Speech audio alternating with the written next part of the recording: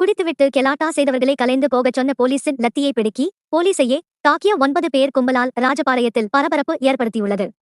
இந்த வீடியோ இணையதளத்தில் பரவி அதிர்ச்சியை ஏற்படுத்தியுள்ளது. ராஜபாளையம் பஞ்சு மார்க்கெட் நேரு சிலை அருகே உள்ள பார் ஒன்றின் அருகே கடந்த 10ஆம் தேதி இரவு இளைஞர்கள் சிலர் பிரச்சினை செய்து கொண்டிருந்ததாக ராஜபாளையம் வடக்கு காவல் நிலையத்திற்கு தகவல் வந்ததையடுத்து சம்பவ இடத்துக்கு சென்ற தலைமை காவலர்கள் இசக்கி, ராம்குமார் இருவரும் பிரச்சினை செய்து கொண்டிருந்த இளைஞர்களை அங்கிருந்து கலைந்து செல்லுமாறு கூறிய போது 9 பேர் கொண்ட கும்பல் போலீசார் வைத்திருந்த லத்தியை பிடுங்கி அவர்களையே சரமாரியாக தாக்கினர். தகவலறிந்து வந்த போலீசார் காயமடைந்த தலைமை காவலர்கள் இருவரையும் மீட்டு ராஜபாளையம் அரசு மருத்துவமனையில் சிகிச்சையில் சேர்த்தனர். காவலர்களை தாக்கிய ராஜபாளையம் கீழ ஆவாரம்பட்டி தெருவை சேர்ந்த பால் பாண்டி, கிளிராஜன், பாஞ்சாலிராஜா, பாண்டியராஜ், சரவண கார்த்திக், முத்துராஜ் ஆகிய 6 பேரை வடக்கு போலீசார் கைது செய்தனர். மேலும் 3 நபர்களை போலீசார் தேடி வருகின்றனர்.